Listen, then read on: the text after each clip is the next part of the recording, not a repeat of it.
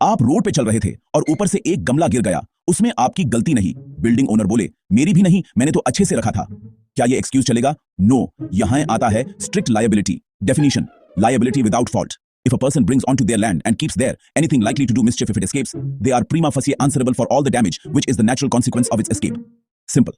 अगर आप अपने प्रॉपर्टी पर कोई डेंजरस चीज रखते हो और वो एस्केप होकर दूसरों को नुकसान पहुंचाती है तो आप रिस्पॉन्सिबल हो, भले ही आपने कितनी भी कॉशन ली हो। जैसे राइलैंड्स विन फ्लेचर केस में पानी लीक हुआ और लायबिलिटी लगी, पर स्ट्रिक्ट लायबिलिटी में कुछ डिफेंसेस मिल सकते हैं, जैसे एक्ट ऑफ गॉड या अगर नुकसान आपकी गलती से हुआ हो। अब इससे भी स्ट्रिक्ट है absolute liability definition. A stricter form of strict liability where no defenses are available to the defendant if the activity carried out is inherently dangerous and causes harm to others.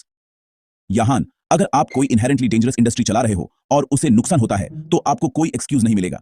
जैसे Bhopal gas tragedy के बाद MC Mehta versus union of India case में यह rule आया, कोई defence नहीं, you are absolutely liable. तो फर्क क्या है? स्ट्रिक्ट लायबिलिटी में थोड़े डिफेंसेस मिलते हैं, एब्सोल्यूट लायबिलिटी में कोई डिफेंस नहीं।